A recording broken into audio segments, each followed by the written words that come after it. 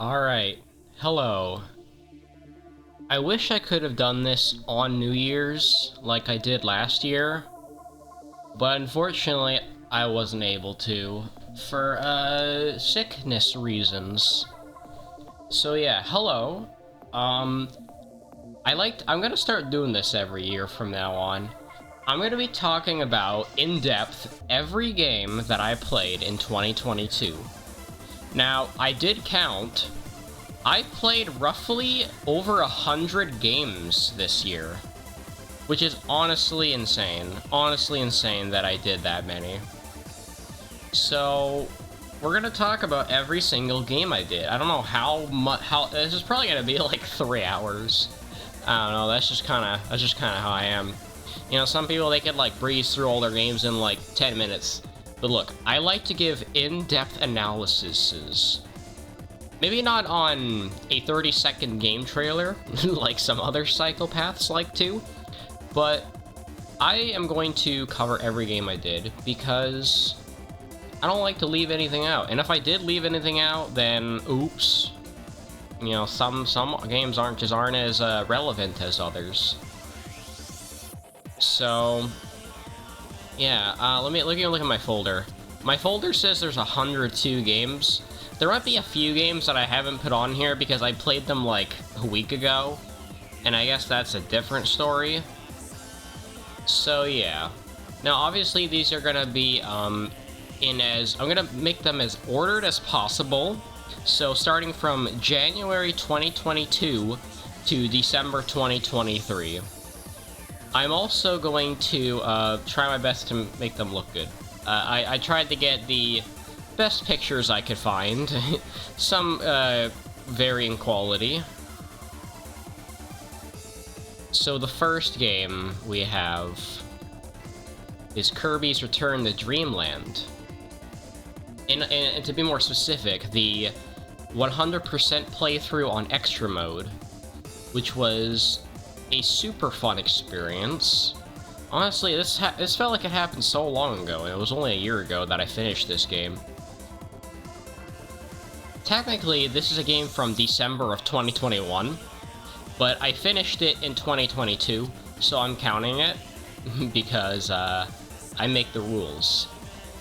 Yeah, I loved revisiting this game and completing it on the harder and honestly more fun difficulty, and also getting to play the true arena for the very first time in this game. Super good experience. Honestly, I'm kind of tempted to play this game again, but with 4 players, because honestly that'll just make it even more fun and more chaotic. Plus, Kirby's typically not a very hard game, so having a nice like kind of a challenge like this, I really enjoyed it. So yeah, that is Kirby's Return to Dreamland. Now, the next game we have is Mario vs. Donkey Kong Minis March Again. Now, if you guys remember, I had my, like, super big Mario vs. Donkey Kong, like, addiction/marathon back in, like, the winter of 2022. This is kind of where it started from. Now, I have a little story for this game. This game, the only reason I wanted to play this game again is because it was the only Mario vs. Donkey Kong game that I had not replayed. Because I did replay 1 and 2 and Miniland Mayhem, but this one was the only one that I couldn't replay because of the fact that it was DSi exclusive, and trying to run DSi games is not very easy.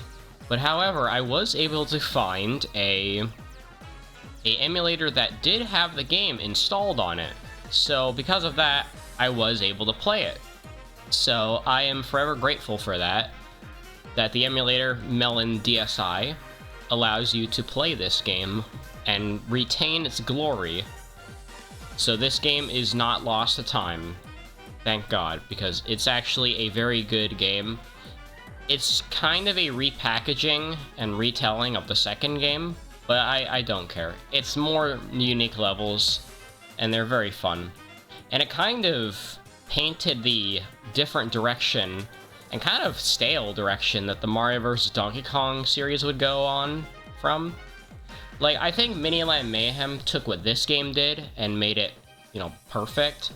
And then all the other games just kind of reused that gameplay style and never really evolved it, which is kind of the reason why I think this series died. So, yeah.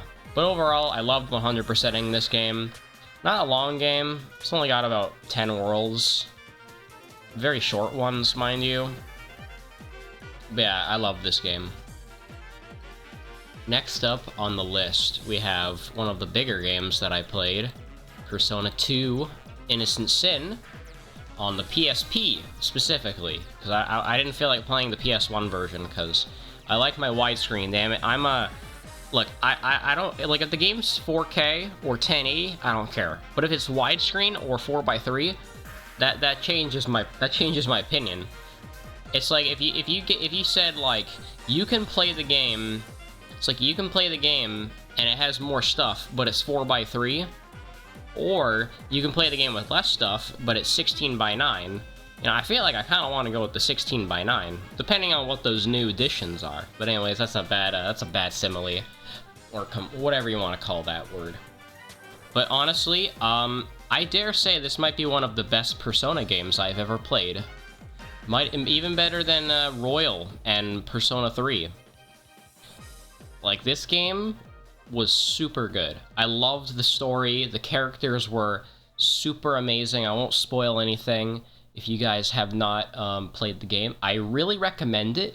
If you're one of those, like, people who say Persona 1 and 2 don't exist, you're sleeping on this absolute gem of a game. The combat and the random encounters are a pretty big problem. Well, not so much the battling, but the random encounters are definitely a turnoff. The battle system, it has its positives and negatives. I love the fact that every character can use multiple personas. My only problem is that exploiting enemy's weakness isn't as effective as it is in the 3D era, where they use the SMT3 rules, where you knock an enemy down, you get another turn. That is not in this game, and to some that might be, like, the reason they don't play it. But I assure you, if you can get past the maybe shoddy battle system and the random encounters, you have a very excellent story on your hands, and I fully recommend it. In fact, later this January, I'm going to be playing the sequel, Eternal Punishment, which recently got a PSP English patch for the Japanese version, since the PSP version never got localized. So, you'll see me doing that later in January, hopefully. I just need to finish F-Zero X first. So yeah, I recommend playing this game. Very good. I really wish they could stop sleeping on it. I legit thought you was playing Dreamland. Oh yeah, Zeppy, that was January, man. Alright, so the next game, it's kind of hard to rank the timeline of this game, but we got A Hat in Time, which I played with my lovely coffee. Now, I'm very glad that I continued to keep playing this game, because I ended up enjoying it a lot. And plus, you know, she was there to help me and have fun with me. So I say, if you like 3D platformers, definitely don't sleep on this one either. You know, I remember seeing a little bit of Hat in Time back in the day, and just kind of being like, eh. And then I kind of, like, didn't really look at it for, like, 2 or 3 years. Decided to give it another chance, because Coffee recommended it to me. She said, hey, you should play A Hat in Time. And it's a really good game, because she's played this game before, too. And she, I think she 100%ed it? I'm not too sure. She definitely got all the time riffs, though. But, yeah, this was a pretty long series to finish. Like, we started this game back in, I believe, like, September of 2021, and we didn't finish it until, like, I think, I want to say, like, the summer, or, like, May or something of 2022. It takes us a long time to finish games, but that's okay. Either way, I really loved this game. You know, it was fun just voicing the characters. It was just fun messing around, just riding the frickin' scooter everywhere. Super funny. And, yeah, I definitely would not mind if this game got a sequel, because I'd definitely play it. So, yeah, very good game. I liked it. Alright, so, a bit of a short one here. We have Ninja Gaiden 3, The Ancient Ship of Doom. This game is fucking hard. This might honestly be one of the hardest games that I played in 2022, I'm not joking. And it was in January. So, this game, it's hard to recommend this game. I can easily recommend the first two Ninja Gaiden games, but the third one is a bit harder to recommend depending on the version you play. Because, for some ungodly reason, they decided to make the English version unbearably difficult. They only give you a maximum of 2 continues, I believe. And if you run out of continues, you have to replay the entire game again. Thankfully, this is not a problem in the Japanese version, which also happens to have a password system. Which, that actually makes the game a lot more bearable. But I still think, even with unlimited continues, it is still the hardest Ninja Gaiden game out of the trilogy. Really only because of, like, the last 2 levels in the game. Because if you die, at any point in the final level, you have to start from the beginning of the level. Well, it's more specifically if you die on the final boss, you have to redo the entire section again, which is a thing that I've never liked about the Ninja Gaiden games. I've always felt that's a bit bullshit. But I think it's at its worst in this game. But if you can get past that and master the bosses, and the pretty fun combat, and I think the controls and gameplay are definitely a step up. Being able to hang from, like, chains and poles and stuff, that's a good feature that I like. I liked that inclusion.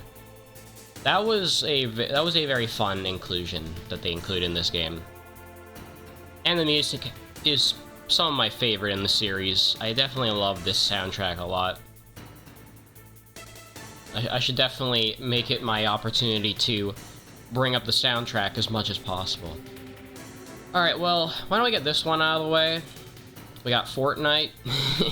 Fortnite is one of those sporadic games that I played throughout the year of 2022. You know, to be honest, I wasn't planning to come back to Fortnite after the April Fool's special, but Dominic kept insisting that I come back to it. And, it ended up just kind of becoming a sort of fun reoccurrence on the channel. Like, every month or so, you'd get a Fortnite episode, you know? It was fun. It was fun. Obviously, I'm terrible at Fortnite, and I do not care enough to get better at the game, but when I do decide to play with Dominic and the gang, it ends up just being a fun weekend night kind of deal, you know? It's a fun, chill stream where we talk and just, you know, get some victory royales, basically.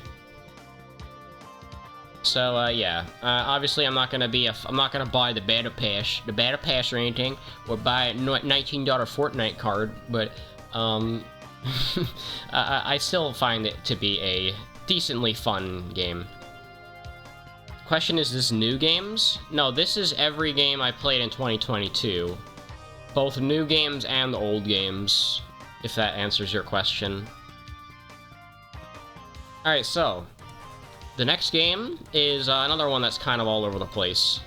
We have the Superstar Saga dual playthrough between me and the Ho-Jose.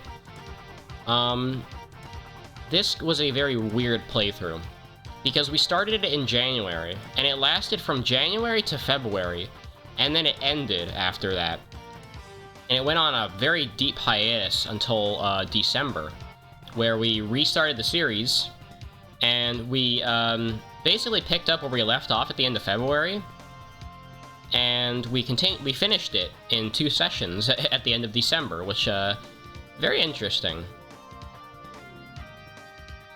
Now, this in particular is a very weird case, because it is the very first time that I've ever done a quote-unquote race format where I have 2 screens side by side. which, as far as editing skills go, I think it's a good, what's the word? Oh man, I don't know how to say it. It's a good, improvement for my repertoire of editing skills. I think being able to have two screens side by side and sync them up, it's a pretty good skill to have, I'd say.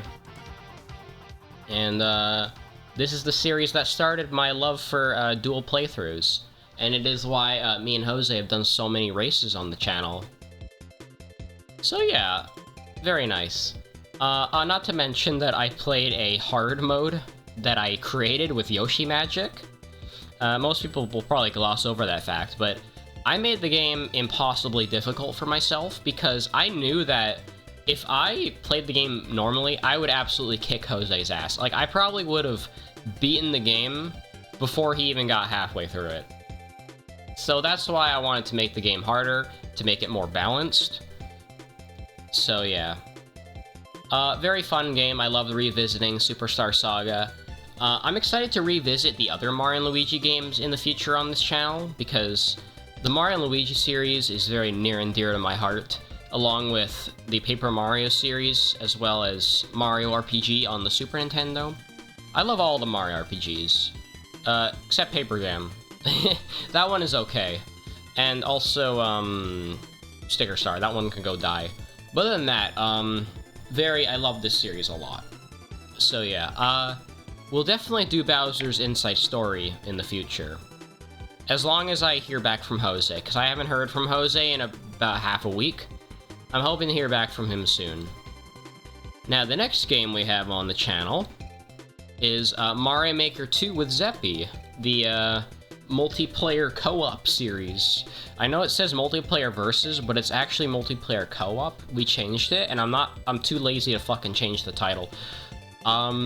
Yeah, this is kind of a game I got burnt out on, because it's a very laggy and miserable experience half the time. When there are funny moments, there are fucking funny moments. Like, some of the funniest moments on my channel have come from this game. But, admittedly, there are a lot of lows for this game, too. Besides the fact that Zeppy and I have had constant internet issues regarding this game. What if we did a racing playthrough? Depends on the game, Zeppy. Depends on the game. Plus, I don't believe you have any, recording equipment, do you? So, yeah, I love this game when it works. I mean, that could go for any game, but I like this game when it works, when you get really funny levels. I don't like when we get multiplayer versus levels, because those are boring. But very fun game. Mario Maker 2, you know, I feel like it could be either amplified or worsened if you play it with more than 2 people. Like, the game barely works half the time with 2 people. Alright, now we have a very popular game on my channel. We got Tetris 99, aka the game that I have probably done the second most amount of episodes on. Actually, make that third most amount. So, Tetris 99... yeah, you don't got the recording equipment, Zeppy. That's the problem. But yes, Tetris 99, I didn't play on the channel in 2022 nearly as much as 2021. Like, in 2021, I did a fucking Tetris recording every day. Like, I don't know how I did it, but I just did it. So, yeah, Tetris 99, I played a lot of episodes. I think I played, like, I don't know, 40 to 50 or so sessions this year, or last year. And, yeah, it was still fairly fun. I usually just played when a new event came out or when I leveled up at that point. And, you know, I still think Tetris 99 is probably... It's one of the best games that I've played, just because it is so chill. I can just talk on that shit for hours and have a good time until I get tired or bored. And, you know, I'm probably never gonna touch it again unless a new event comes out, because I have actually maxed out the levels on that game. And I have 8,000 hours on it because of all that grinding that I did. So, as you can tell, I spent a lot of time with Tetris 99. For good reason, though, because I love just talking, and, you know, I like seeing the numbers go up. Not really a whole lot else to say about it, though. Either way, Tetris 99, good game. Next up, we have Mario Party 6 on the channel. This, I believe, we started in either January or February. I forget which month. But I still think this might be the best Mario Party, because we've done almost as many episodes of 7 as we have 6, and honestly, I just think 6 has way better mechanics. For one, I love the day and night system. It makes the boards more dynamic. I also love the fact that you can... I think the dueling was handled way better in this game, because 7 ruined it. In 7, the dueling results are randomized, but in 6, you can choose whether you want stars or coins, and I think that is a more strategic approach. Like, you can say you want coins when you want coins. And also, we played this game with GameShark codes, or Action Replay codes, which allowed us to duel whenever we landed on each other's spaces, regardless of what turn it was. And also, I think speeding up board movement is a good inclusion too. Well, that's a mod. That's not an actual feature in the game, but it's a mod we tacked on to make games faster. So yeah. I also think the orbs are at their peak in this game, and 7 too, I guess. I think 6 just has more interesting orbs though than 7. Probably why so many people love this one. But maybe we should go back and play 5. I don't know. 5 might be a good one to go back to. And, I just think the character roster might be slightly better in this one. I think Koopa Kid is more interesting than, like, Birdo and Drybones, but that just might be me, I don't know. So, yeah. We might honestly come back to 6 at some point. I know I kind of said part 10 was like, ooh, this is the finale, but that's just for now. We're kind of putting Mario Party 6 on a hiatus, because we're doing 7 right now. If anything, I should just say Mario Party 6 is on hiatus than the finale. But I just kind of wanted to have it done for now. Maybe I could do Mario Party 6 Season 2. You know, what's stopping me from doing that? We could just start a whole new season like we did with Mario Kart. Speaking of Mario Kart, we'll get to that in a minute. So next game we have is my fan game, SML RPG 2, and by extension SML RPG 1. This is a very weird one, because it's a fan game that I created. It was originally supposed to be finished like 5 years ago, but I had it in development hell for a long time. This was developed during the prime time of SML, Super Mario Logan, before he got the DMCA by Nintendo, and he had to rebrand all of his puppets and plushies. So this was kind of like my favorite part of SML, was this period. And I decided to make 2 fucking 20-hour RPGs based on Jeffy and his friends. And it has the most ridiculous and overdramatic plot ever, based on memes and green beans taking over the world.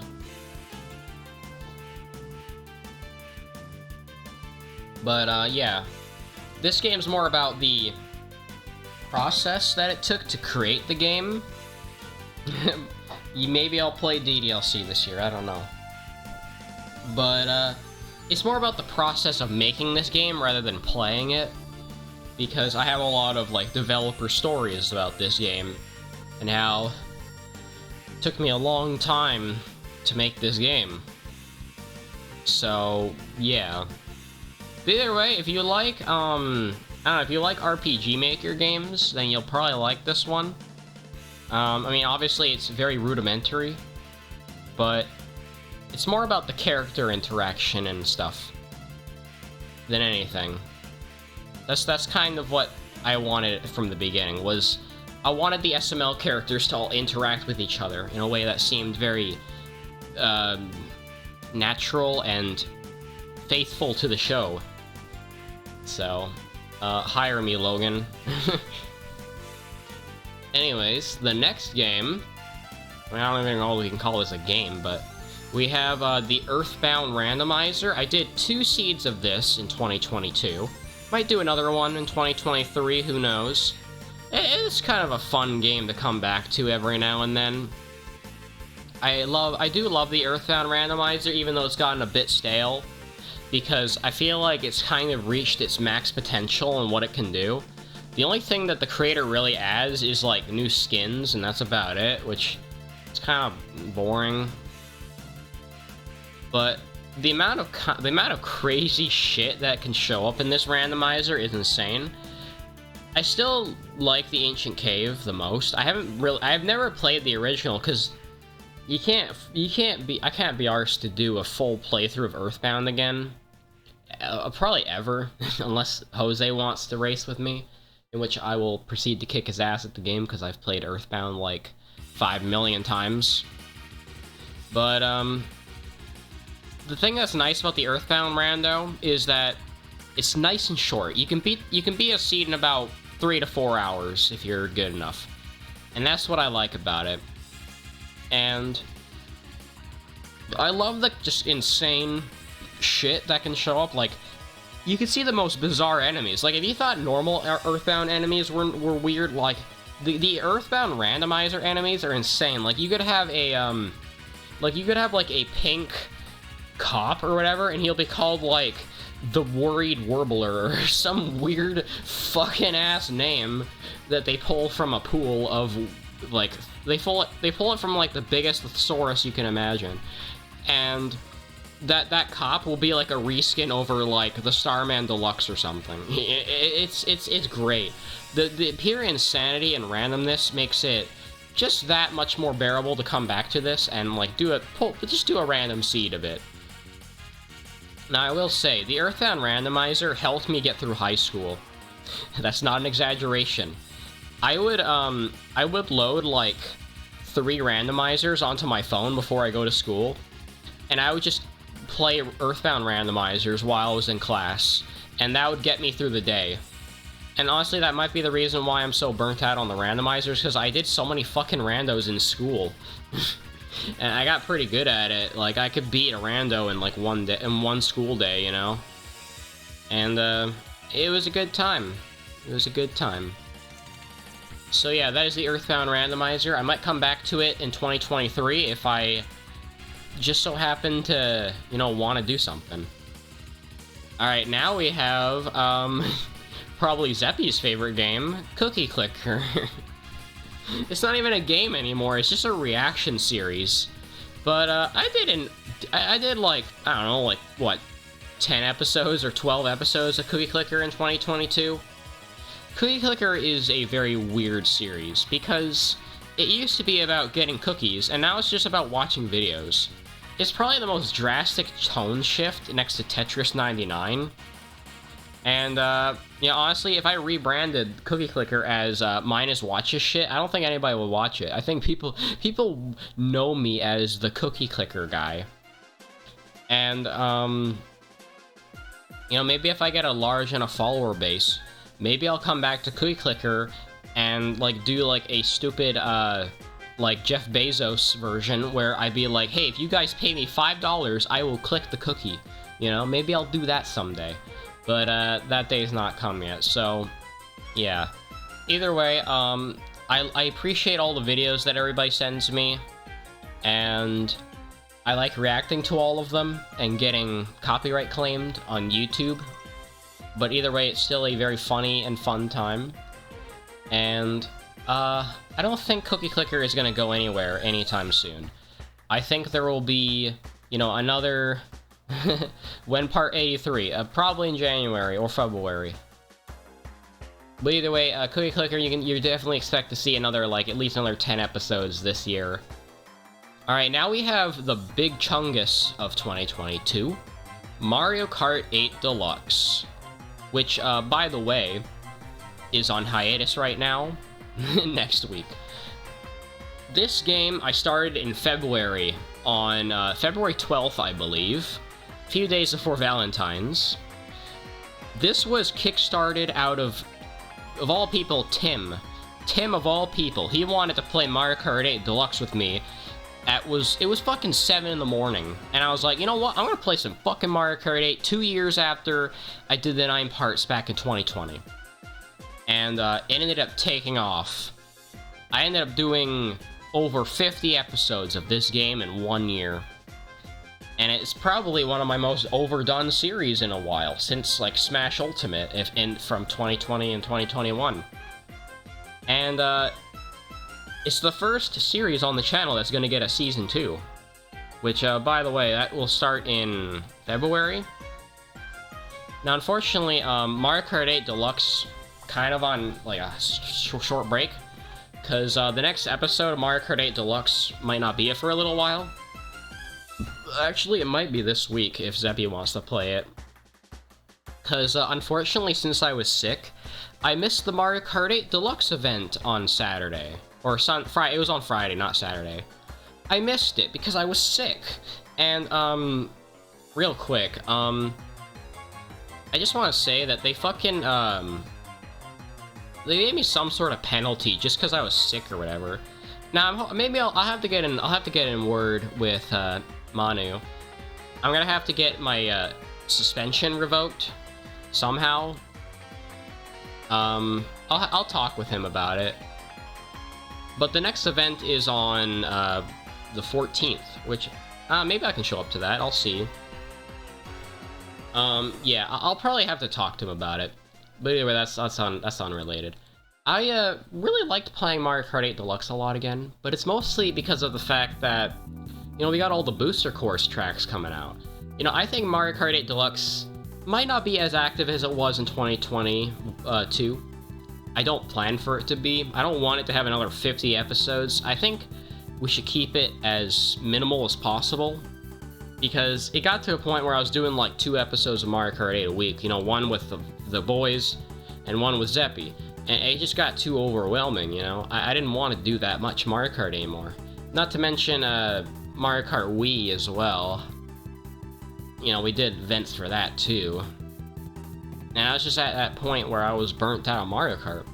But it was fun returning to Mario Kart 8 Deluxe. I honestly, joining the Mario Kart server was a pretty big change for me. I met a couple new friends from there, Zach, Seb, Porter, a few new others.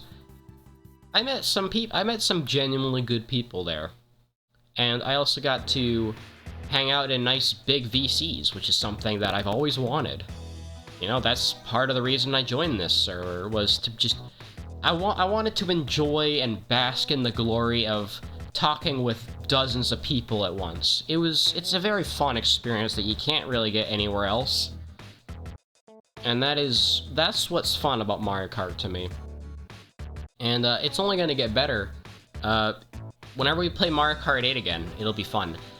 Just for a little side note, guys, Season 2 of Mario Kart 8 Deluxe starts in February. So that is when Mario Kart 8 Deluxe will get the next season, and we'll do a slew of brand new episodes from there.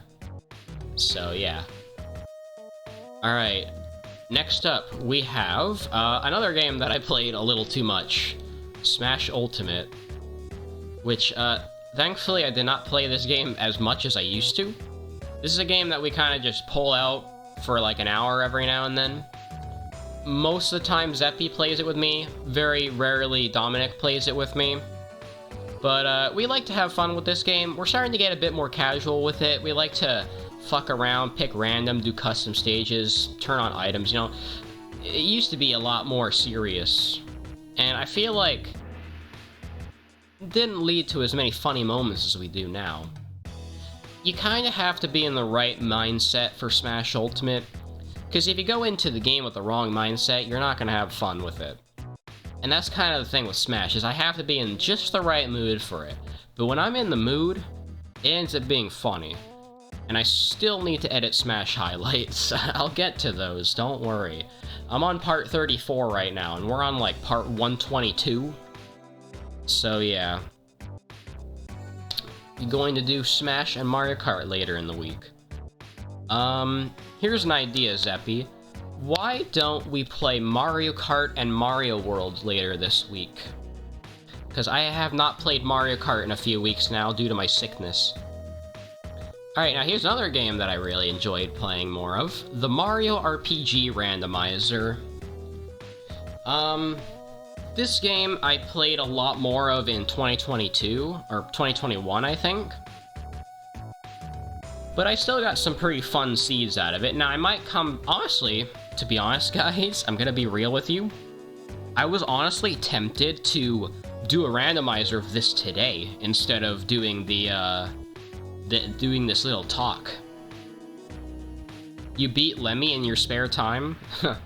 Well, I guess we're not showing that on the screen. That's okay, though.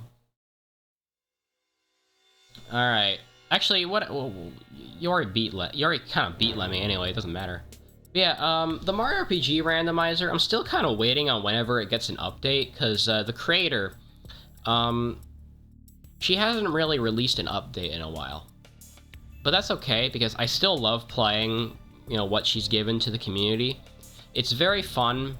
I absolutely love going with, like, some of those chaotic settings ever. And, I love just cracking down one of these randos in about 4 hours. It's very fun. Next time I play a rando of this, I'm definitely not giving the enemies fucking OP spells, because fucking Smithy and his shipers always get fucking knockout and kill me in one hit, and I hate that so much. I'm never doing that again. I'm never giving them knockout ever again, because it's such horse shit. If you know, you know. But otherwise, I would love to come back to this and just get better and keep improving my times. I'm not really one to get better at my times, but this game, and another randomizer we'll be talking about later, I just want to keep getting better at this and improving my times, you know? I absolutely love this RPG randomizer, and it's honestly one of the reasons why Mario RPG has become one of my favorite Mario RPGs in recent memory. So, yeah. I'll do an... honest to God, I will do an Mario RPG randomizer tomorrow. How about that? Alright, now we have another game that we played. Sonic the Hedgehog. We played this, me and Jose, I guess it was in January, right? Or is it February? Excuse me. We played this game as it was our first actual race. Not counting Superstar Saga. This was a one-off, but it was a 3-hour one-off, unfortunately, because it was a very slow game. Sonic 1 is kind of shitty. It hasn't aged well, but it was still fun to play through it for the first time and get all the... Oh yeah, I didn't get all the emeralds, that's right. And it still, like, took, like, 3 hours. Well, actually, the 3 hours was Jose, not me. But if it takes you 3 hours to do the game and get all the emeralds, that's not really an experience I feel like doing. If you're gonna play Sonic 1, just do it without the special stages. It'll be more fun, trust me. I didn't mind playing Sonic 1 again, but there are way better Sonic games out there. Alright, next up we have, Super Mario Bros. X. I guess Super Mario Bros. X2, to be more specific. This is a game I still need to get back to. I'm very slowly working on my Thwomp level, which I have not worked on in about a month now, almost. But, I'll get back to it someday, whether it takes a few weeks or, like, 10 months. We'll get to it. So, yeah, I loved playing more of this game. Actually, didn't I start it in 2022? I'm pretty sure I did. Because, it started out with me, working on a level that I started a long time ago in 2021, I think. Which, is a level that I originally titled Revival of Space Station. when I later found out that the original name was Space-A-Pace, which, boy do I love that name. Yeah, it's basically a reimagining or remake of Space-A-Pace, which was a level that I made in my youth. I believe I was around 12, 13 or so. Something around that. And it was a level that took place in space. And there was a giant fortress in space that you had to get to. And you had to go up to the top of the tower and kill Bowser. And I thought it was a pretty cool idea when I was a little kid. And obviously the original level does not hold up. It is super short. A level that, see, I thought, back when I was younger, I thought that was long. But you could probably beat it in like 5 minutes or 10 minutes. Not very long level. To me, a 5-minute level is not very long. You know, what am I saying? But now, I like my levels to be like half an hour. Because, you know, I like my levels to be, you know, I want you to, you know, experience it. I want it to be an experience, you know? In other words. So, yeah, I really liked doing that level. And then later on, when I finished my space station level, I eventually worked on the Thwomp's Takeover, which, the Thwomp's Takeover is another reimagining of another old level that I never finished. Now, unfortunately, I do not have the original source files for that level. It was a level that I made on my father's Windows Vista computer. And it was a level where you have to stop some Thwomps from taking over a village. And I think that might be one of my favorite ideas ever, because it's just such a strange concept. And you have to, like, go into a forest and a dungeon to stop them. And then you have to go to their castle again and defeat them. And the climax of the level, you go under the castle, and there's just, like, this fucking fire hellscape city underneath it, with the Thwomps chasing you. And I'm gonna be so excited to try and recreate that, but it's gonna be a pain in the ass to do. And the music just gets so intense later on. And, I mean, this music's not very intense, but yeah, I absolutely love that level. And I'm excited to slowly recreate it, even if it takes a few years. So that is SMBX. Alright, now we have probably my most played game out of this year, or the last year. A Paper Mario Randomizer, which I've done, like, I believe, like, 7 successful seeds on this rando, and like 5 or 6 failed seeds. Almost as many failed seeds as successful seeds. For stupid reasons that I do not want to talk about. But honestly, the Paper Mario Randomizer was such a surprise in 2022. Such a surprise. I did not expect there to ever be a randomizer for this game. And the fact that it was so well done is what just wants me to keep coming back. And the fact that this game gets constant updates every few months, like, it's no wonder I've done like 13 seeds of this game. It is so fun to get better at this game, because Paper Mario is a game that I played a lot growing up.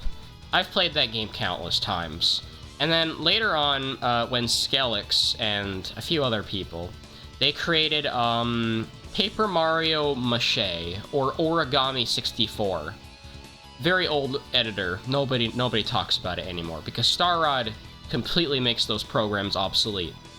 I used to mess around with Origami 64, and I used to make my own hard modes out of Paper Mario. I'd always give, like, Crystal King, like, 127 HP, because that's the max HP you can give bosses back then, without overclocking it and breaking the game.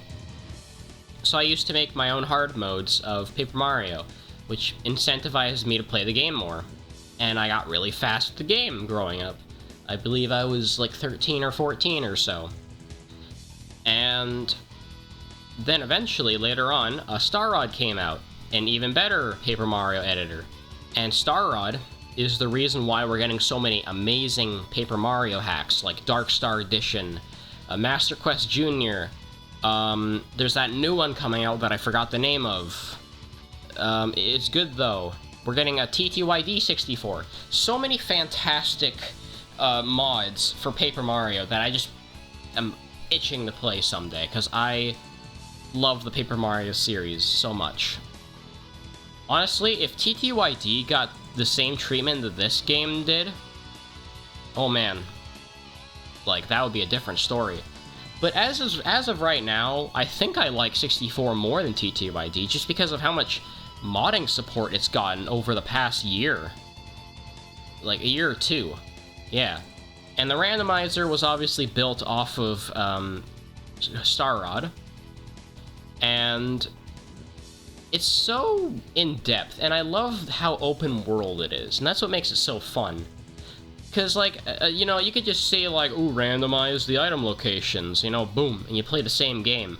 But no, in my opinion, the perfect way to do a randomizer is strip out all the dialogue, or at least minimize it, make it open world, and there you go, you got the perfect rando. And also, like, crank up the randomness to, like, 100. Like, make it so that items can be anywhere, badges can be anywhere. Make it so that there can be whatever enemy. Like, I think the next step for the Paper Mario randomizer will be to add more random enemies. Like, could you imagine if there was, like, fucking, like, I don't know, gold pits in Chapter 2? Like, just pure insanity. Now, to me, that would be, like, the next step to take the Paper Mario randomizer in, is to just have random enemies everywhere. I know that sounds really bizarre, but I think that's where you could take the rando next. But my PB for this game is, I think, still somewhere in, like, the 4-hour 30 range or so, or 5-hour. I want to keep getting better at this game, but I'm gonna do an RPG rando first. Actually, while I'm at it, while I'm on the topic of this, I should check if there's been a new update for the 64 randomizer. I don't know if there has been. I don't know. Oh yeah, there was a new update on the 21st of December. Okay, well, I'll have to have another look at the rando then at some point, either this month or in February. I better just not wait on it. I just do it when I want to. Alright, well yeah, that's the 64 randomizer. Definitely gonna do more seeds of that this year, because it is so fun. Alright, now we have another game that I really like. Formula Kart Wii. Since I got really sick of Mario Kart Wii in 2022, Zach introduced me to Formula Kart Wii, which is Mario Kart Wii, but actually fun. Even though I still lose at it. But the reason why it's fun is because of the ramp-up mode. You play 50 laps on a track, you can get any item in the game, you can get double items, and it gets faster every lap. It's pure insanity, and I love it. Honestly, this is like the perfect way to make Mario Kart Wii more interesting, and it's probably the only way that I'm going to be playing Mario Kart Wii from here on out, because if I go back to normal Mario Kart Wii now, I'm just going to be like, ooh, it's so slow. It's so slow, no double items. Yeah. And also, I think switching to Wario Flame Runner was a very healthy decision for me, because I don't want to be a sweaty, funky flamer, you know? Alright, now, this one I'm not going to talk about too much, but we have a VR chat, which I only did 2 episodes with Marquise. I mean, this one was okay. I enjoyed the few sessions we did of this. You know, I liked going to other worlds and, like, just chatting to people. But I feel like, I mean, my point is, like, what is the point, you know? If I want to talk to people, I'll just go on Discord, and I'll just, like, talk with them in VC if I want. I guess, like, the point of VR chat is to make friends and stuff. And, you know, just explore a virtual world. But most of the time when I played VR chat, I would just go to worlds to just, like, hang out and talk to people. Which is what I already do. So, yeah. I don't know if we'll ever come back to VR chat. It was fun for a few episodes, but don't know if I'll ever come back to it. I already uninstalled it, like, half a year ago anyway. Because I didn't think Marquise and I would return to it. Alright, next up we have Sonic 2. Not the movie. The movie's good, but this is the game on Genesis. You know, it's kind of funny. I search up Sonic 2 on Google, and the fucking movie shows up before the game now, which is kind of funny. But no, we're going to be talking about the game, which I do love. I used to not really think Sonic 2 was all that great back in the day, but after replaying it, it's not that bad. It's good if you don't play the special stages, because the special stages suck. I don't care what people say. I hate the fucking half pipe, and I don't want to play that shit. If I'm going to play Sonic 2, I'm just going to play through the game as Sonic, maybe with Tails. Just play through the stages normally with... I don't need Super Sonic, because Super Sonic makes the game too easy anyway. And, it was a certainly interesting race. Because, I actually think I beat Jose at it, just barely. It was probably the closest race we've had ever. But, yeah. It was fun coming back to this game. Maybe it wouldn't be a game I would mind getting better at either, because it could be fun to speedrun this one, maybe just without the special stages. Like, think about it, would it even be faster to get the special stages and get Super Sonic? Like, how much faster would Super Sonic actually make the game? Like, isn't it just faster to not do them? Because the special stages take as long as the stages themselves. I don't know. Either way, I think I have a greater appreciation for Sonic 2. Alright. Next up we have one of my favorite games from 2022. Metroid Dread. I'm honestly so happy that this game exists. Now, technically I know this is more of a 2020 game, or 2021 game, but I don't care. To me, this was my 2022 game. This game was so good. Everything I loved about Metroid Fusion and Metroid Zero Mission, this game nailed. I loved this game so much. Like, it was not linear like Fusion was. I mean, it was kind of linear at times, but I think it wasn't as linear as Fusion. Like, I think it's in between, like, Zero Mission and Fusion on, like, the linear scale. But it's so good. I loved all of the different power-ups you can get. Like, I loved the grapple beam in this game. I loved the spider magnet.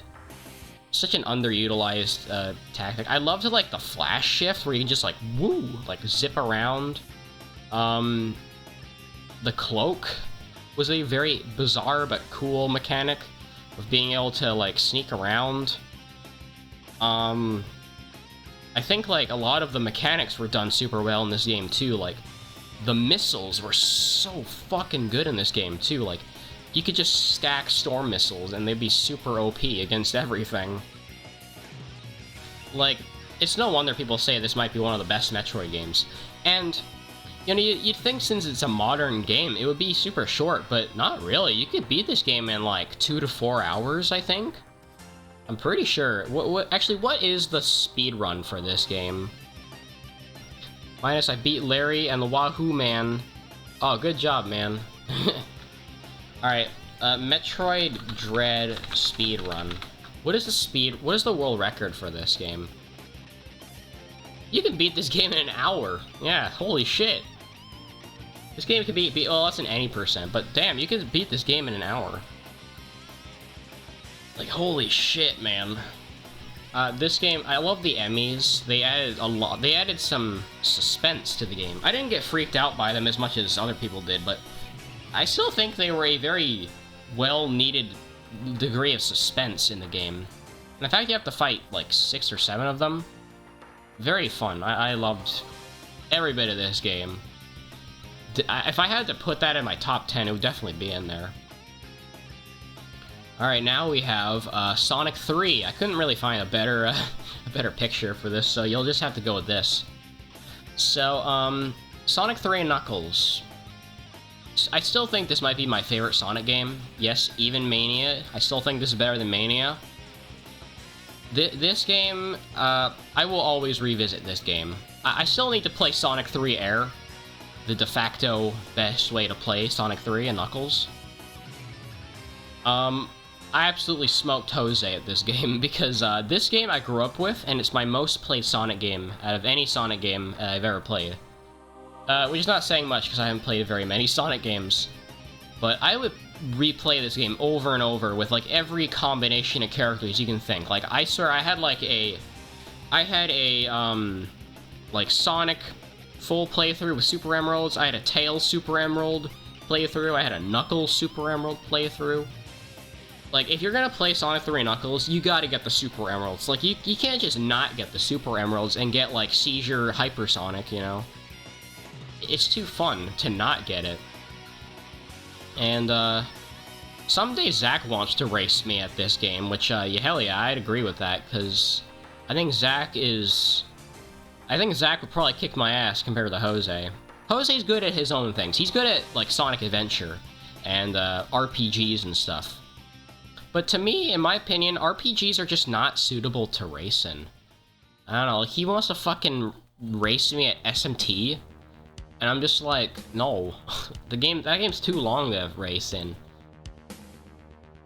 But yeah, I still love Sonic 3 and Knuckles. It still holds up to this day. I think it's, like, the perfect length, too.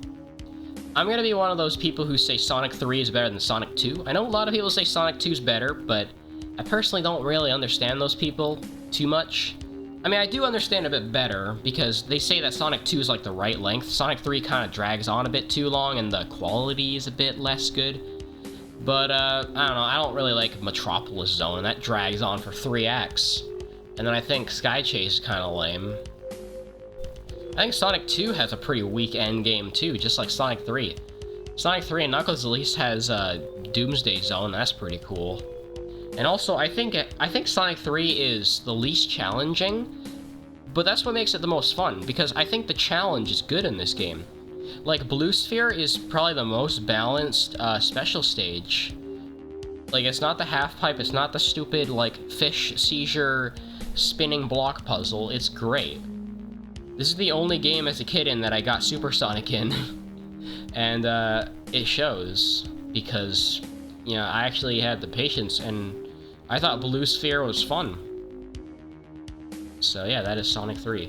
Would you guys believe me if I said we're only like a quarter of the way through this list, and we're an hour through now. Oh boy. Alright. Next up, we have Mega Man X7. Probably one of the only bad games that I played this year. I'm just gonna keep saying this year. I'm gonna pretend it's yesterday still. a banger game. X7, I've heard for the longest time that X7's a terrible game. And I don't think X7 is that bad. Sure, I still think it's the worst X game, but it's not that bad. It has some okay moments in it, and I think, Axel, he's not as bad as people give him credit for. I think Axel's okay. Sure, he's just a weaker X, and he can transform into people, which is completely useless. But I thought it was okay. Sure, it was rage-inducing at times, but I didn't mind it. Plus, the music is good. But that goes for any Mega Man game. Except for Mega Man on the Wonder Swan. We don't count that one. But, yeah, X7, I don't regret playing it. I thought it was okay.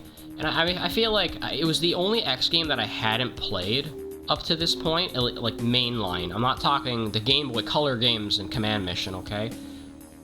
But I have not played X7, and I honestly, it was okay. Alright, next up we have a very interesting game. Mario Maker on the Wii U. Now I should probably specify, me playing Mario Maker on the Wii U was me revisiting my old levels from when the game first came out in 2015. I wanted to revisit all of my old levels that I created when I was a child. And, I had some okay ideas in here. Obviously, you're very limited on what you can do in Mario Maker 1 compared to Mario Maker 2. And, I don't know, I feel like Mario Maker 1 doesn't really hold up that good. I'd say the only thing it has going for it is maybe some of the sounds and the mystery mushroom. If you brought that shit over to Mario Maker 2, Mario Maker 1 would be almost obsolete. There are some things that I think this game did better than Mario Maker 2, but I think the amount of features that Mario Maker 2 has outweighs this game. But revisiting this game was still pretty fun, honestly. Even if it's just a bit dated now, even though it's only like, what, 7 years old? Yeah. Still, though, I liked revisiting my old levels, and, special thanks to my dad for giving me this game back, because, it was actually at his place. And, I went over to his place in 2022 to, pick up this game from him, and I'm glad it was still in good condition. Alright, next game is the Sonic CD race that me and Jose did. This game, I absolutely sucked at. Not afraid to admit that I'm not very good at Sonic CD. Honestly, Sonic CD is such a weird game to me, because it can either be the shortest Sonic game ever, or the longest Sonic game ever, depending on what you want to do. If you want to get all the time stones, or the generators, it becomes the longest game ever. But if you're just going through the game, getting all the bad futures, it's like the shortest fucking game ever. You can beat this shit in like 2 hours. And, I don't know. I have mixed feelings on it. I love the soundtracks, both soundtracks. I'm more partial to the US soundtrack, but that's an unpopular opinion. But it was fun to revisit this game. We're not gonna talk about how I got my hands on this game, though, because that would be, this is illegal, you know. But, that's for a different story. Jose absolutely destroyed me at this race, but that's okay, because he has more experience with this game than I do, and honestly, the last time I played this game was on my fucking PS3, back in my dad's basement, so, yeah, it's no wonder, and I only played this game once, too, so compare that to Jose, who played the game like a week before the race. He obviously had more experience. Guess what? But, Sonic CD's alright. I'd say, if I had to put it on a timeline, I'd say it's better than Sonic 1, but not as good as Sonic 2. So, yeah. Yes, Jose is a Sonic fanboy. Alright, now we have a very strange one-off. Pac-Man World 2 Randomizer. I don't know, maybe I'll do the real Sonic World. Pac-Man World 2 on the channel someday. But for now, I decided to play a very odd randomizer. Now, I must mention that the creator of this randomizer has sadly passed on. God bless their soul. So this randomizer probably won't get any updates. But this was a very funny and bizarre randomizer to experience, since this is the very first video game that I've ever played. Yes, that is true. And it was just so bizarre seeing, like, so many weird things in the game, like, out of place. Like, it was so weird seeing, like, fish enemies on land and stuff like that, and seeing, like, everything just, like, randomly placed. It was a fun time. But it's the kind of thing where I don't think you could really get a second part out of it. So, yeah, it was pretty fun. Also, it was just annoying to set up, because you had to fucking download Python for this shit, and I don't know. Whenever a randomizer makes me install Python, that's how you're gonna get under my skin. But other than that, it was a good rando. I didn't have any complaints with it, besides the fact that it crashed, I guess, sometimes. So yeah.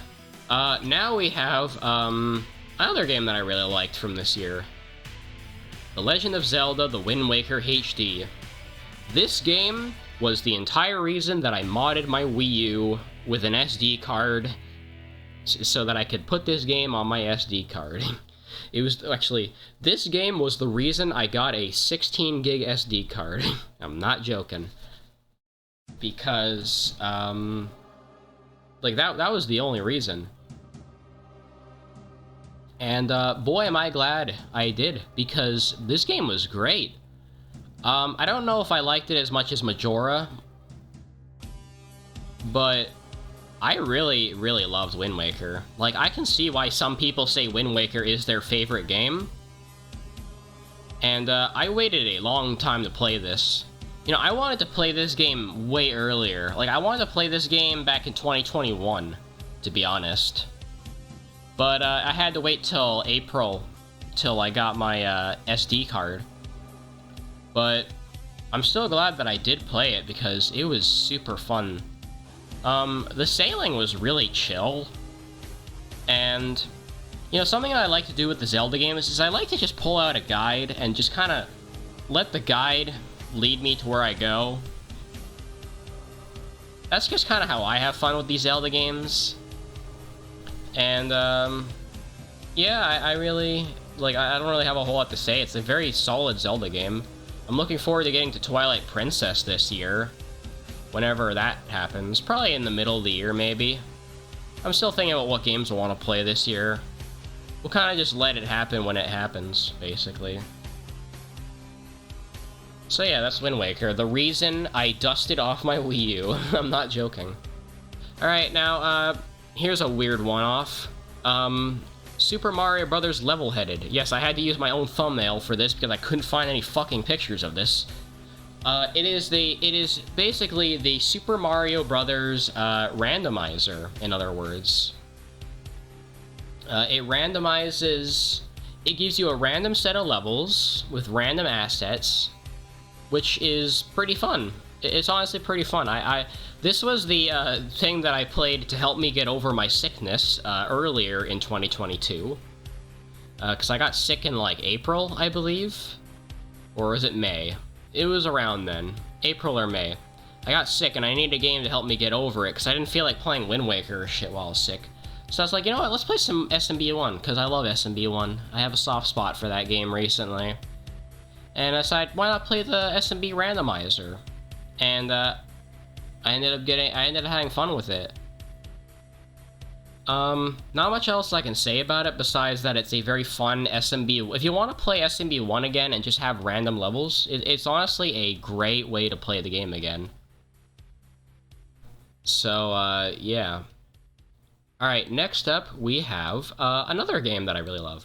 Mega Man X8. Very big game.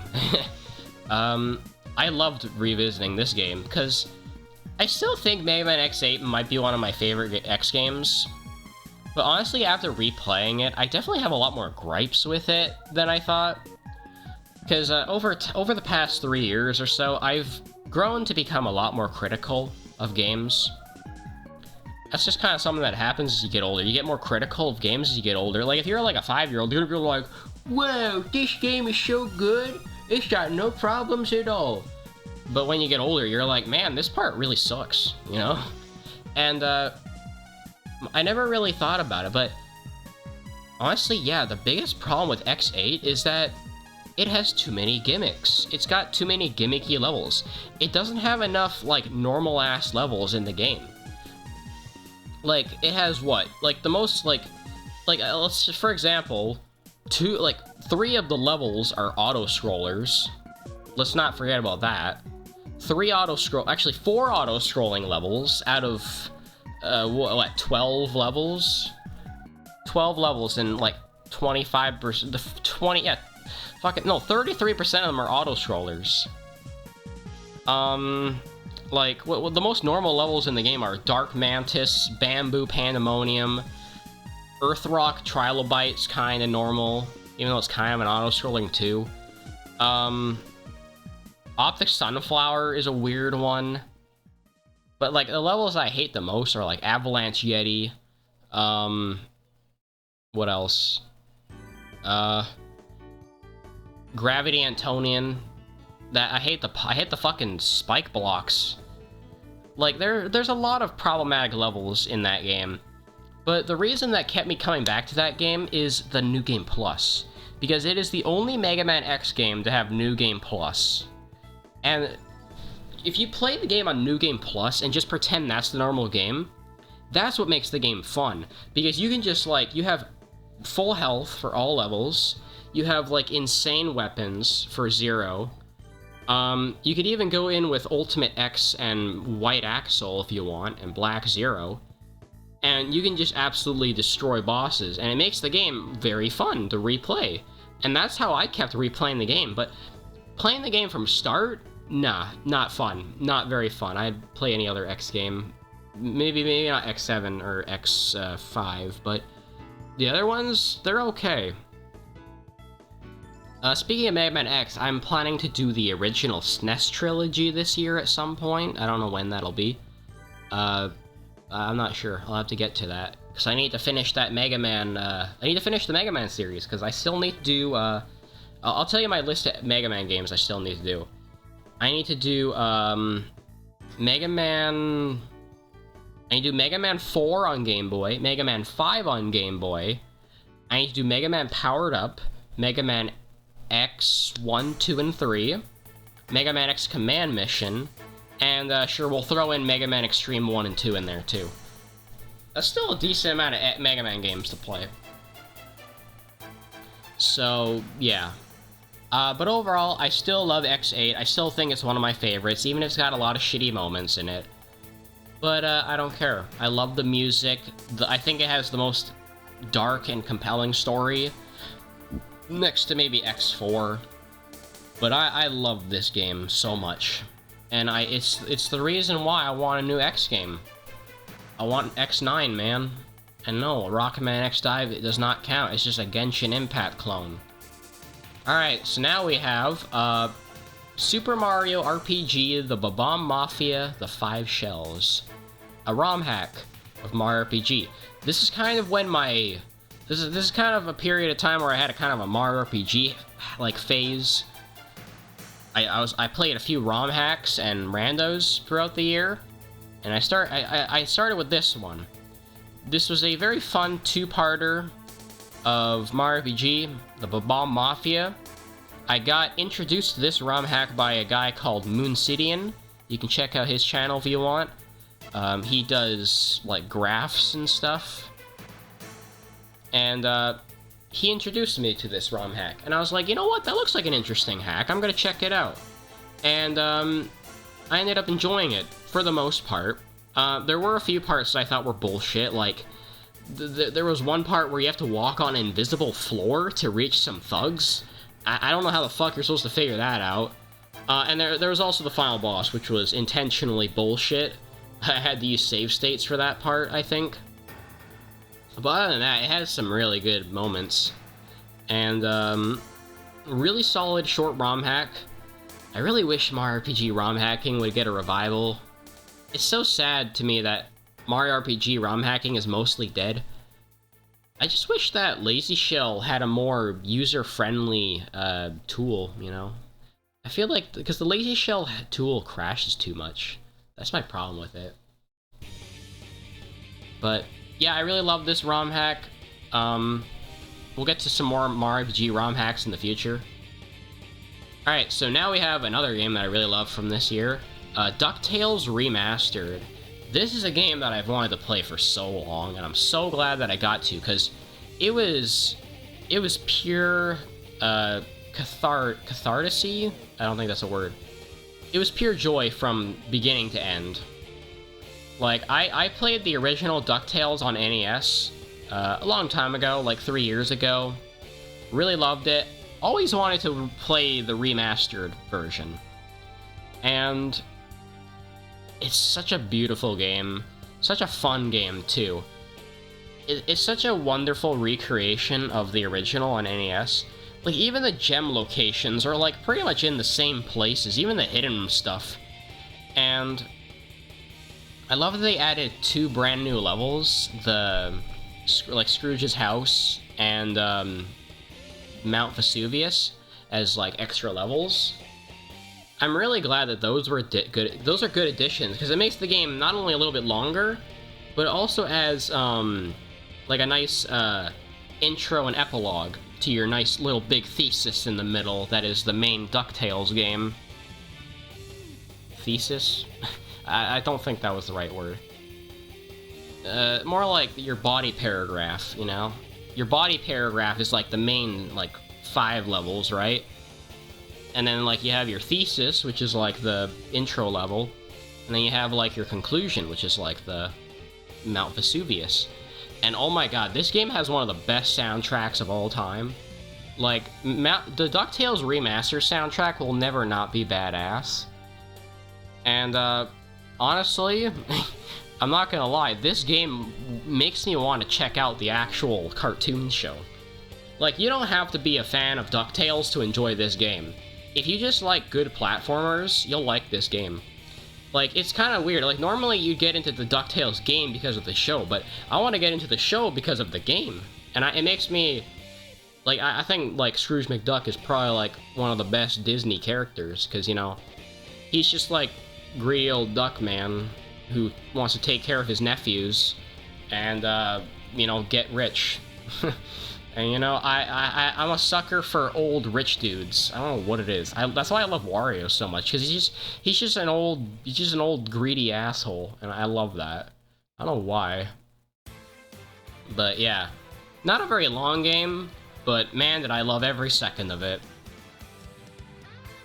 Alright, next up, we have, Smash Infinite, which was kind of a short-lived experience on the channel because it got outshined by a game that we'll talk about later. But, if you guys remember, I played Smash Infinite on the channel for 2 parts, with CPUs. And it was pretty fun, you know, we checked it out.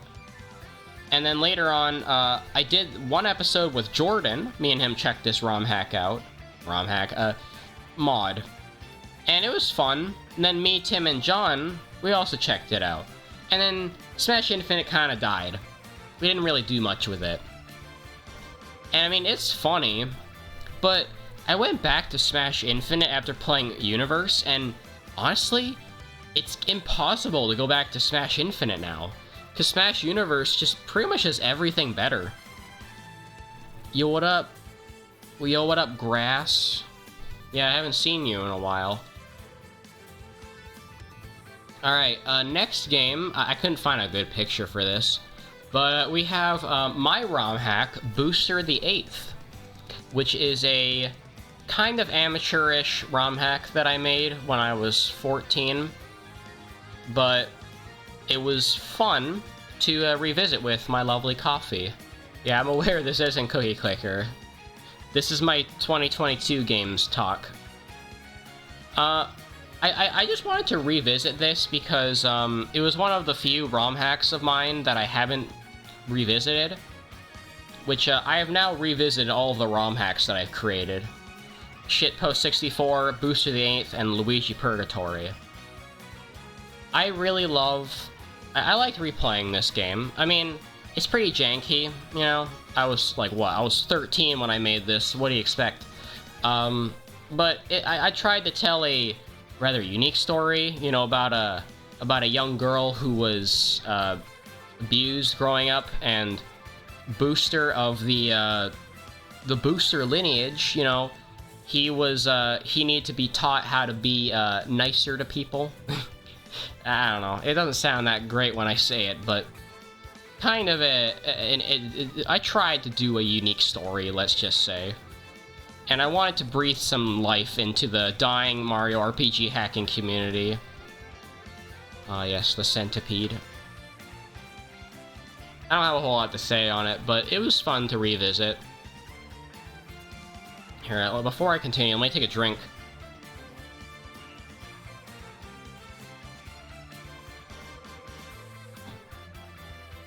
Alright, now we have Donkey Kong Country Returns.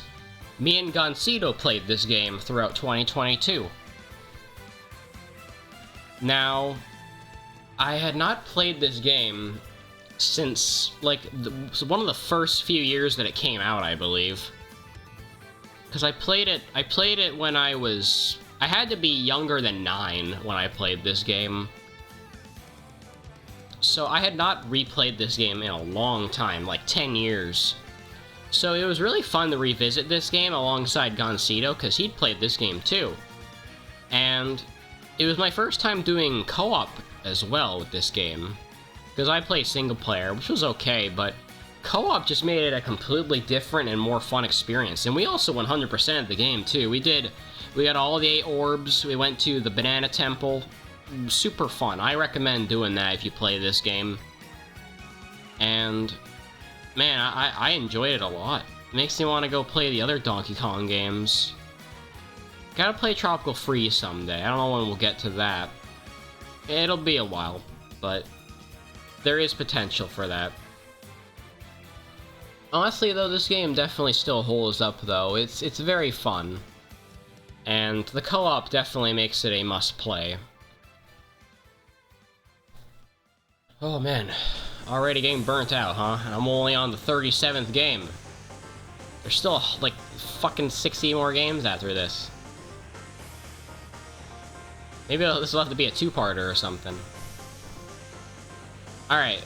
Next up, we have, a very low-quality image. This is Smash Universe. One of my favorite games from 2022. Because it is Smash Ultimate, or Smash Ultimate. It's Smash Infinite, but it has like twice as many characters. It also crashes twice as much, but that doesn't matter. This is a weird screenshot, by the way. I probably should have just taken one of the screenshots that I had. But whatever, I was too lazy, okay? I had to get 100 good pictures. But yeah, this is one of my favorite Smash experiences from the year. And it really shows. I mean, it was one of the only, like, almost 4-hour streams that I did.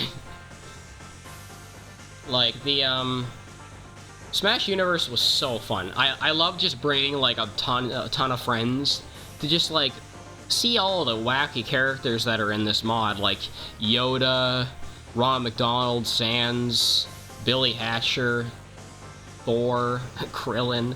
There's so many funny characters in this game. And, it just makes me want to keep coming back to it. Maybe not anytime soon, you know, I don't think we're gonna touch Smash Universe for a long time, but when we were playing this game, like, every other week, holy shit, it was so funny. It was so funny, like, there were so many funny bits. And we also kept trying out new versions as well. You know, different versions of the game that had different characters. We kind of found a version to settle on, the one that has, like, it's like better than the version we started out with, but it's not as complete as the version we tried, where it has like Rainbow Dash and Go Tanks and stuff. But the new version crashes too much, which is why we stick with the more stable version that has less characters. So, yeah. Either way, I'd love to... If Smash Universe ever gets any updates in the future, which, I don't know, I kind of doubt it, but maybe it will get some updates, you can definitely expect us to come back to it. Alright. Next game, we have Mega Man X4. You gotta say in the announcer, like from the X4 opening. This was a race that me and Jose did. I think I won, right? I forget if I won or if he won. I don't remember, actually. This is a race that I don't remember too well. Because it's the only Mega Man race that we've ever done. Ah, now that's a good idea. Me and Jose should race X1. That would give me a good reason to do X1 again.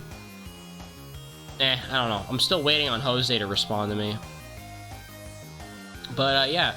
X4 was pretty fun to revisit.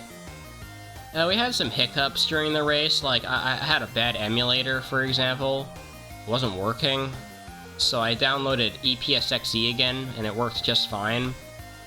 And, yeah, I really enjoyed replaying through X4. We did it as X, because I don't play this game as X as often. I play it as Zero. That's my preferred way to play, because I find Zero just to be more, I find him more fast than X. Because he's got a double jump. He, can, like, air dash earlier, I think. And, he's also more challenging. And I like the saber. I like the SDC, you know? SDCs are fun to do. So, yeah. X4 was fun to revisit, even if it was under a race scenario. Definitely, still one of the better X games, honestly. Like, I think out of all the PlayStation games, this is still the best one. I think X6 might be pretty good too, though. I don't know, I have a soft spot for X6. I know people say X6 is shit, but I still really like X6 a lot. Even if it's ball-crushingly hard and unpolished, but I still like it. But this isn't about X6, this is about X4, you dingus. Well, I like X's armor. I think X's armor makes it great. Oh hey, this music's relevant. You might be wondering, what is this? This is the Mario Galaxy co-op mod that me and Marquise did. I almost forgot we did this. Yeah, the Mario Galaxy co-op was a one-off that we did, where we played Mario Galaxy, but with 2 players.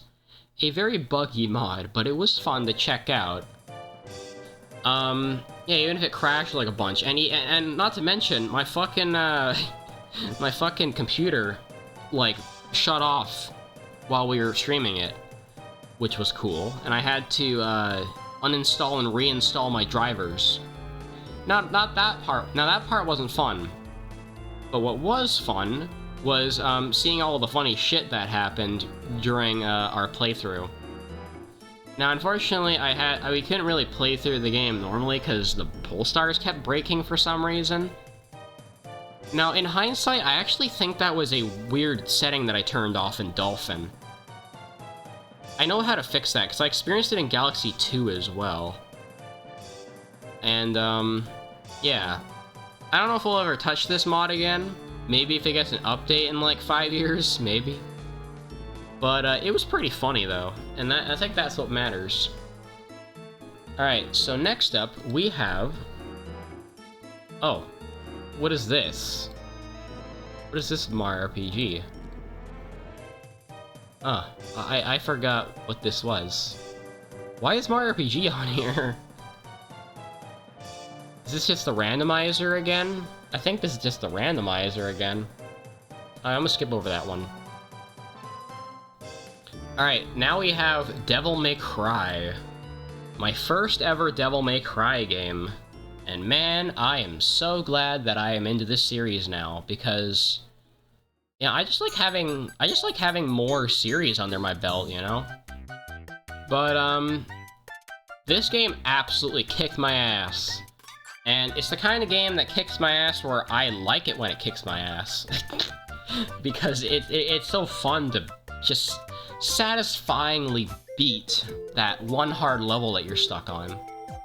This game had a very frustrating camera, but it had a banger soundtrack, super fun combat, cheesy acting, I guess, and I really liked the bosses too. Like Phantom, Griffin, Nightmare can kiss my ass, I still fucking hate Nightmare, but Griffin, Phantom, and Mundus. I love fighting all those guys. They were very fun to fight. And, it was a decently length game. It took me, what, 5 parts to beat in, like, 3-hour sessions? Very, very, very nice, I'd say. And, it made me very excited to check out the rest of the series, which, I downloaded the, entire DMC HD trilogy, so I got to play it in one of the best ways possible, 1080 widescreen, and we'll get to the rest of the DMC series later. But I think I have to put this in my top 10, honestly, because it was just so good. It was just so good. Alright, next up, we have... oh, I forgot I put this on here. This is another one-off. Family Feud on the PS2. One of my weirdest ideas. I kind of have a little story for this. Now, me and Coffee wanted to have a little fun game to play off-screen. And I originally wanted to play Family Feud on the Wii. But the pointer controls just did not want to work for that game. So I decided, oh, what's the next best thing? How about Family Feud on the PS2? That game looks nice, right?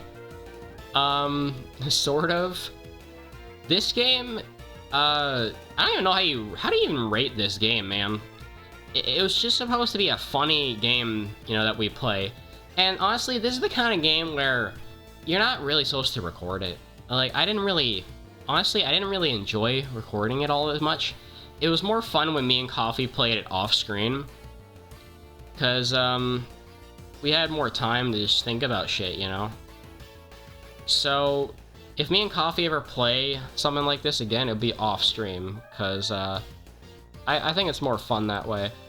Plus, this game is super outdated, so all the answers are just, like, not correct. But, yeah. Alright, next up, we have Sonic Adventure.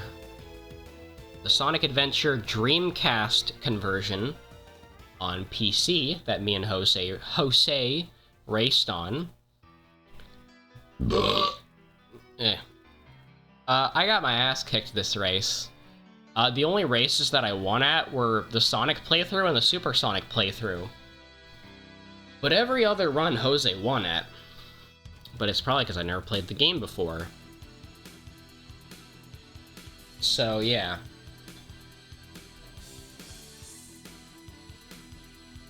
It was pretty fun playing through Sonic Adventure for the very first time, though. And honestly, I think the game holds up a lot better than people say it does.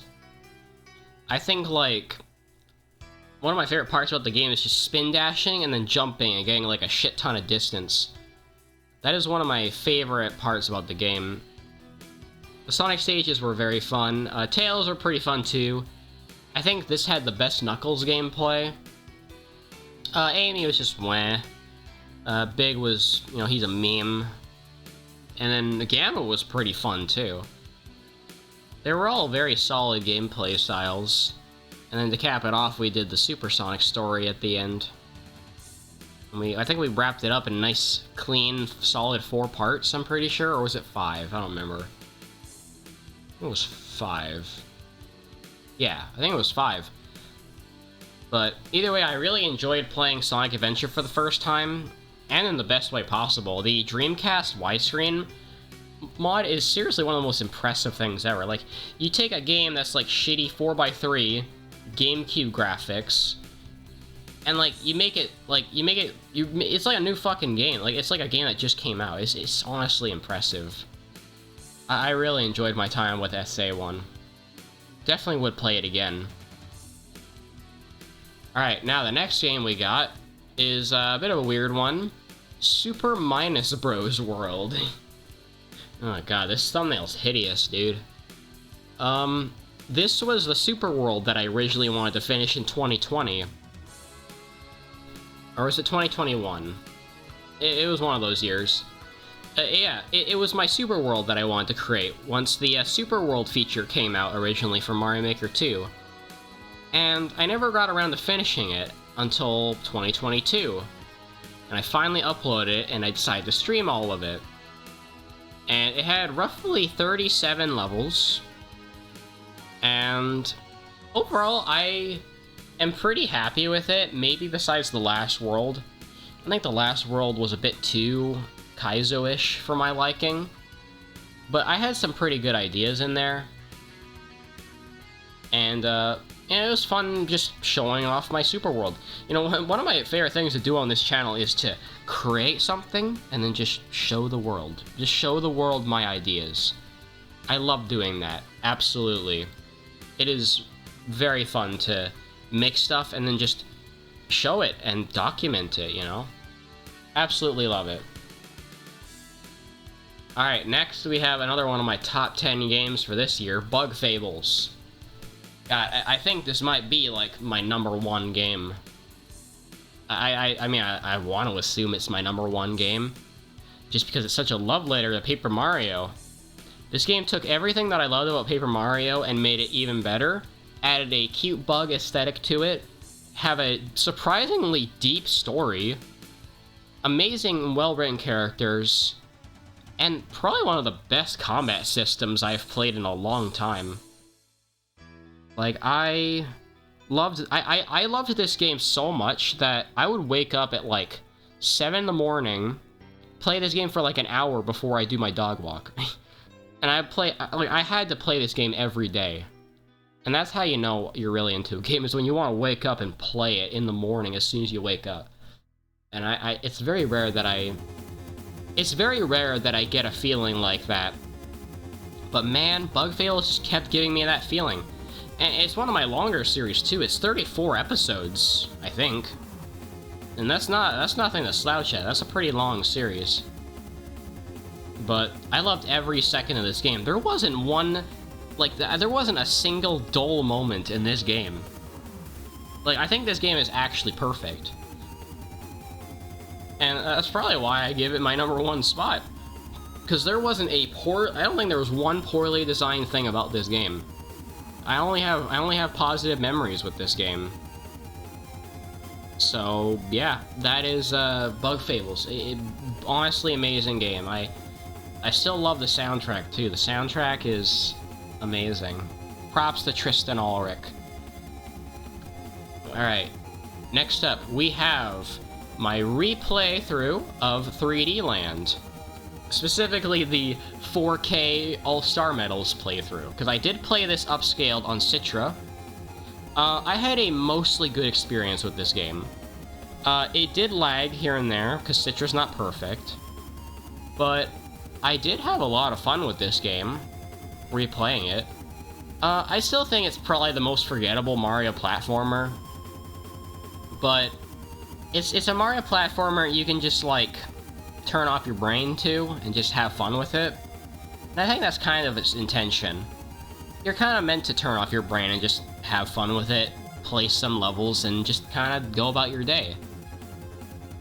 It is the game that kind of brought back the nostalgia. Like, it brought back the Tanuki Leaf. And, I don't know, I kind of feel like it's the reason why Boom Boom is so lame. Like, it brought back Boom Boom, and then they just fucking reuse Boom Boom in every game now, and it's kind of lame. I mean, back then, I thought it was pretty cool to see Boom Boom back, because it was his first appearance in, like, 20 years? 20-something years? So seeing him back was cool, but then you bring something back, and then you just fucking reuse it, and then like, the reason you brought him back in the first place, the meaning is lost now, because you just reuse him. That's kind of my problem with Nintendo sometimes, is they bring something back, and then they just reuse it to shit. It's kind of a reason why, kind of my reason I feel like I don't really like Pauline that much. Like, yeah, it's cool if they brought her back, but now they just reuse her in, like, every spin-off imaginable. I don't know. Maybe a hot take, but I wish they wouldn't reuse stuff so much. Either way, I had fun with 3D Land. I feel like you kind of have to get all the star medals to have fun with it. I did not unlock World Special 8 Crown. I didn't feel like doing that, but I'm sure it would have been fun. Alright, now we have a game that I don't really want to talk about, but I guess I will. Fall Guys. This series didn't last very long. I mean, don't get me wrong, Fall Guys is a fun game.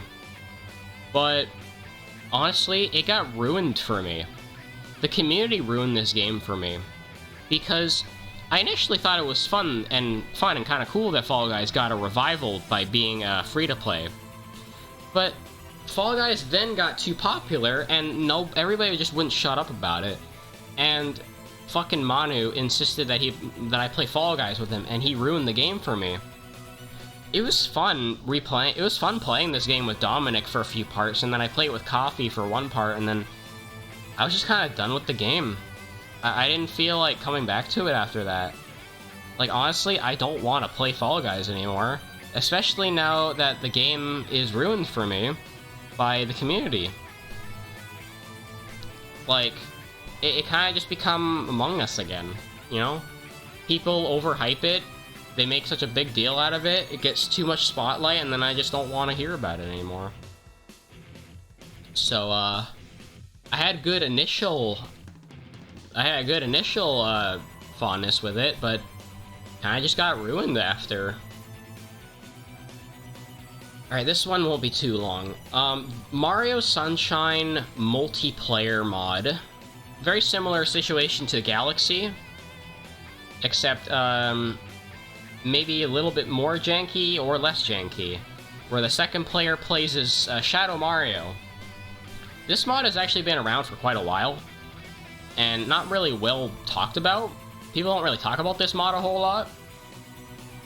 But, yeah, I mean, it's an okay mod. You can't really do a whole lot compared to Galaxy's more linear level design. I remember me and Marky's having a pretty fun time with it, but honestly, I can't really remember a whole lot else about it. My memories about the game just kind of seem to slip me for whatever reason. I don't know why. Yeah, like I said, I don't have a lot to say on it. Alright, next up we have the AVGN games. I kind of decided to put them here as one game. Technically, I should be counting these as 2 games, but I kind of fucked up. Right now, this is game 49 on my list. But, yeah, AVGN, I really have always wanted to play the AVGN games. And, once the game went on sale on Steam, and the AVGN 1 and 2 Deluxe came out, I was like, yeah, now I have to get the games. And, very fun and challenging platformers with absolute banger soundtracks. Plus, I'm a super big fan of the show. I've seen every episode of the Angry Video Game Nerd, so I, like, get all the references and all that.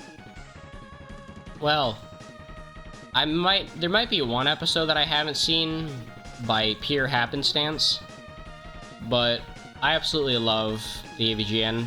I really love the game, too. I think, I'm not sure whether I prefer the first or second game, though. Because the second game does have wall jumping, but the first game, I feel like, has more recognizable levels.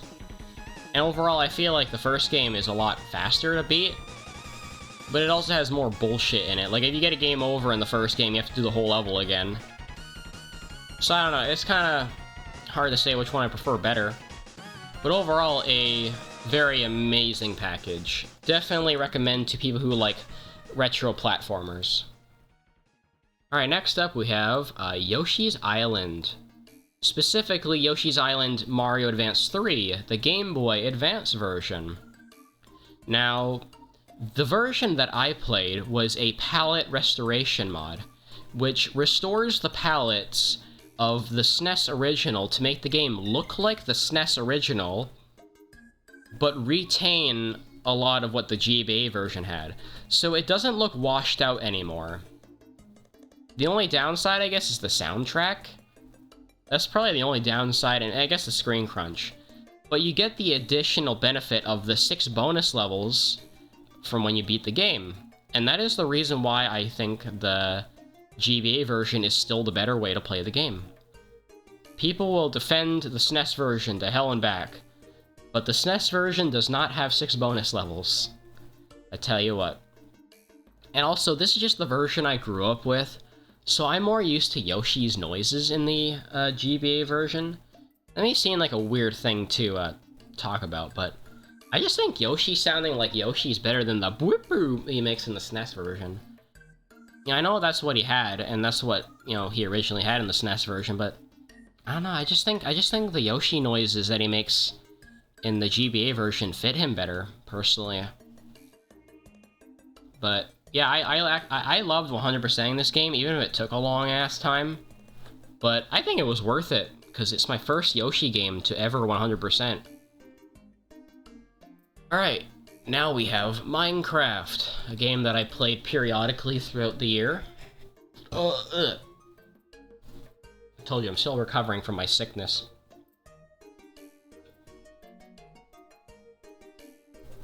Actually, how many episodes of Minecraft did I even do this year? Because, I don't even remember. Like, I need to look. Because it couldn't have been that many, right? Let's look. For 2022, we did 1, 2, 3, 4, 5, 6, 7. We only did 7 episodes of Minecraft in 2022. We did way more in 2021. Yeah, 2021 had like 20 episodes. Or 25 or something like that. Way more episodes. We didn't do Minecraft a whole lot this year, but it was still fun when we did do Minecraft. And it was also fun checking out all the new updates and stuff. So, you know, I'm overall pretty happy with that. So, yeah. We're gonna be getting some new music soon on the playlist. Look forward to that. I recently updated my Spotify playlist again, and added some new music, but for some reason the new music just hasn't been showing up a whole lot, which is a bit disappointing. Anyways, next game we have is a revival of an old series that I never finished. Paper Mario: The Origami King. Honestly, playing this game with coffee makes me want to take back all of the things that I badmouthed about this game for.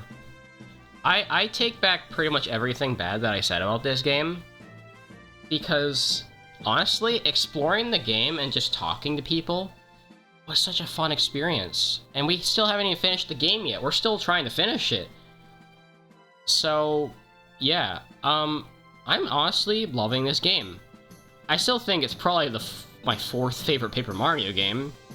Like, I still wouldn't say it's better than the original trilogy, but I still think this game, it's okay. It's not a bad game. It's just not an amazing game, you know? It looks beautiful. It's got good music and atmosphere.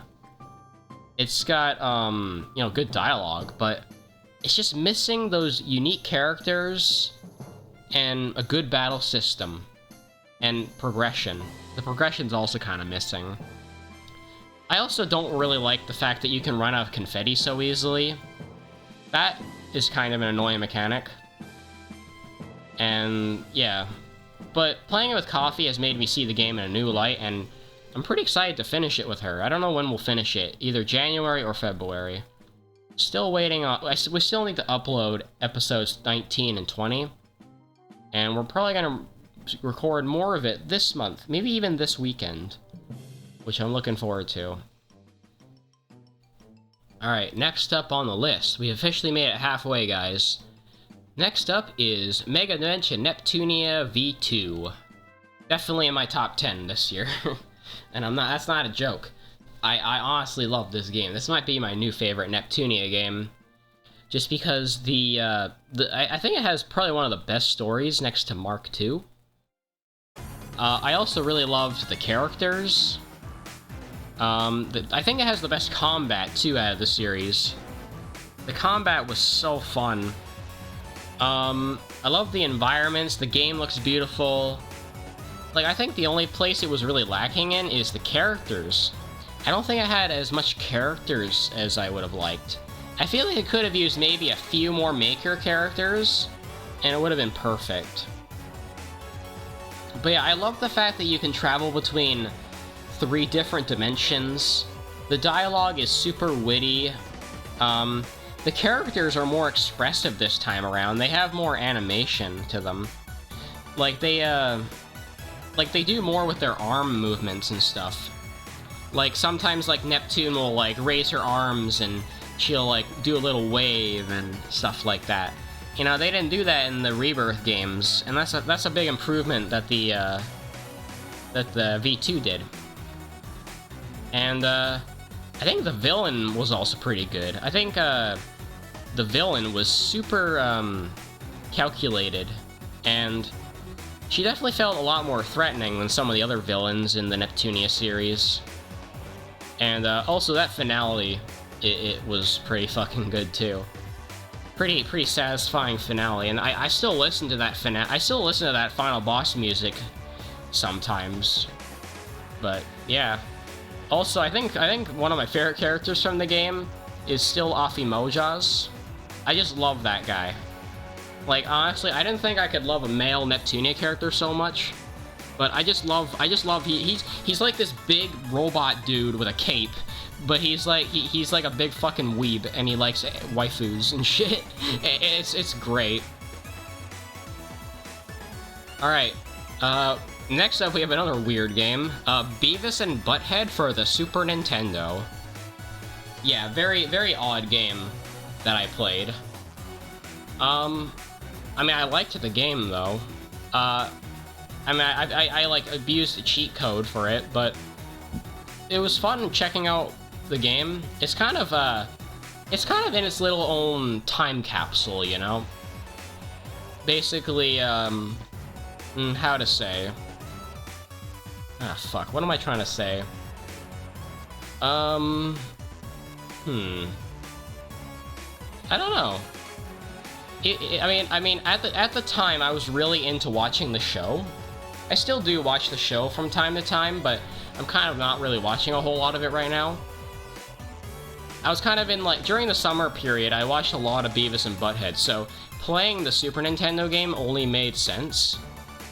And it was just pretty funny making Beavis and Butthead jokes while playing the game, and also seeing Beavis and Butthead jokes in the game.